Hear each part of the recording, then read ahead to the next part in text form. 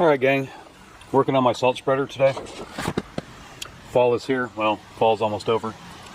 And a little late getting started like usual.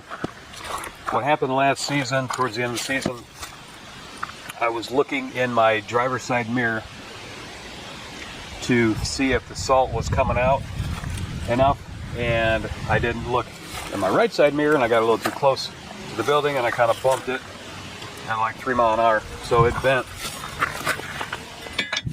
this clear out. This piece was all like 2-3 inches, about 2 inches in. It had all come forward. And when you put the side mounts in, when you put it on the back of the truck, this bar is supposed to go through both of these.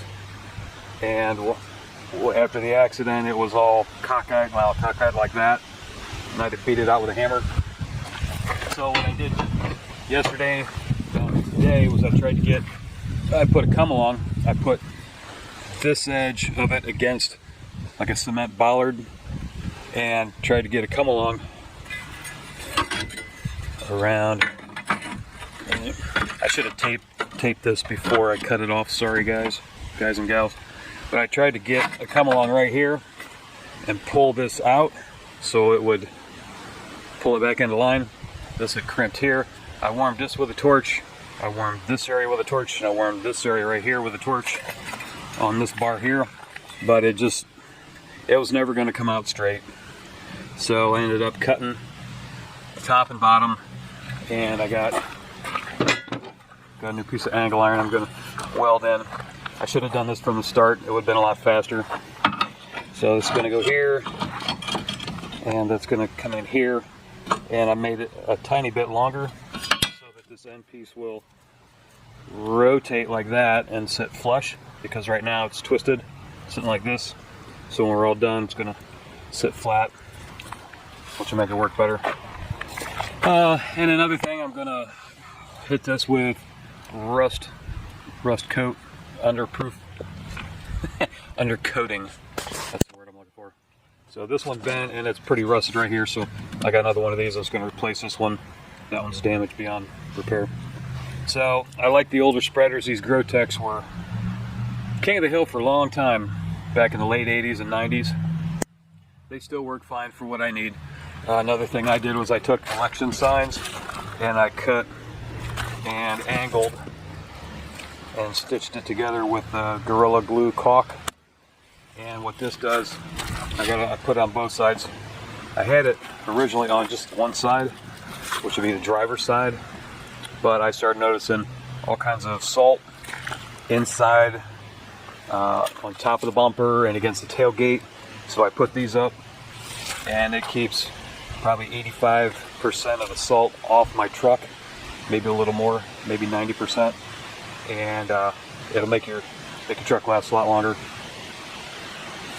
So I made a template out of cardboard, so I got the size and angle I needed, and this needs fixed. I need to replace that, repair that. It does kind of hold. What I can do, if I really need this out, is to punch a hole in here and then tie a little string back here, or zip tie, whatever. But this works nice.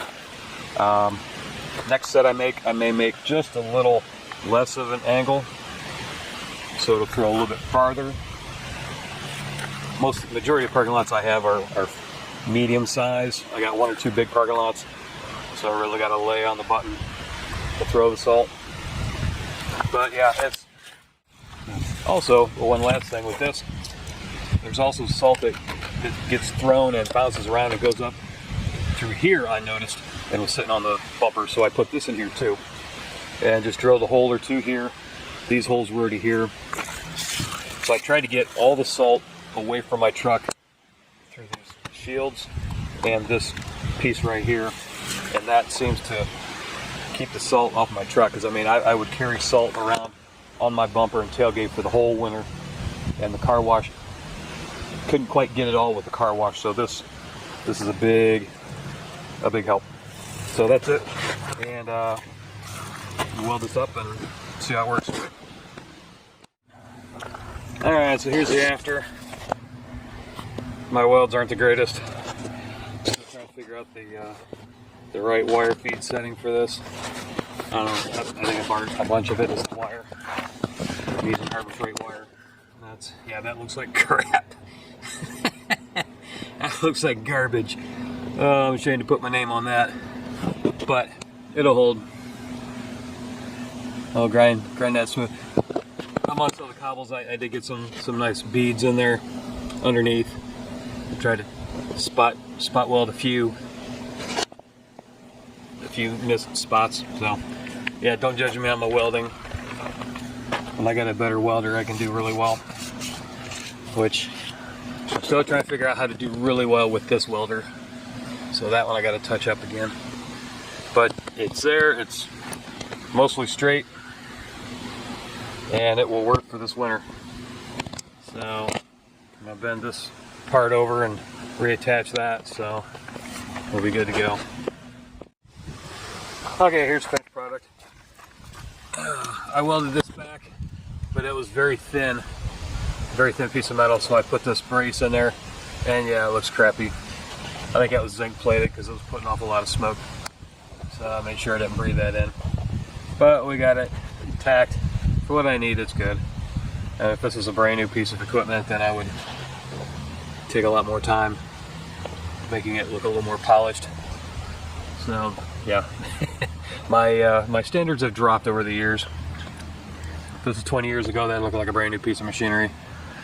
Now it's just make it functional, make it look functional, and look as best you can without taking way too much time to do it. Let's put it that way. I think that kind of sums it up. So I'm gonna hit this with some paint. I drilled new holes, 1/2-inch holes in the, or just under 1/2 inch, and they're to tighten the support bar down. So snug it down, and we're back in business how we were before the season. So there you go. Just cut it out and weld a new piece in. Fairly easy, just a little tedious, that's all. Just takes a little time.